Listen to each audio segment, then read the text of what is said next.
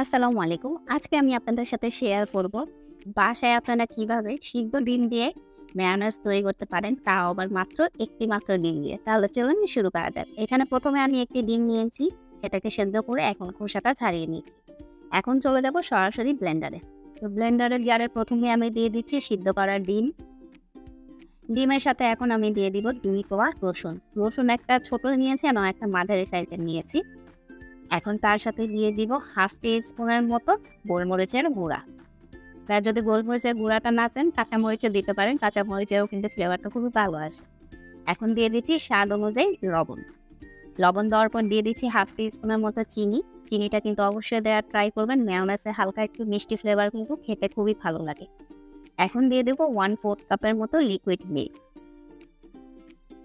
Liquid milk দেওয়ার পর এখন দিব সবচেয়ে ইম্পর্ট্যান্ট একটা জিনিস, সেটা হচ্ছে তেল।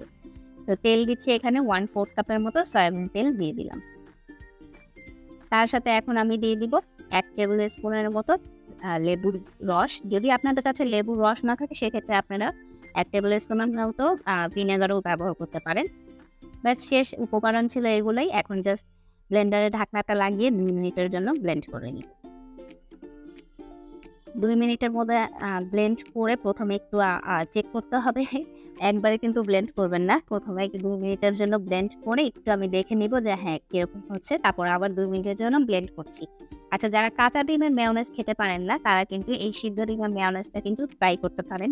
হ্যাঁ, টেস্টের কিন্তু কোনো ডিফারেন্স নাই। আর দোনোটারই টেস্ট কিন্তু মাশাআল্লাহ খুবই মজা।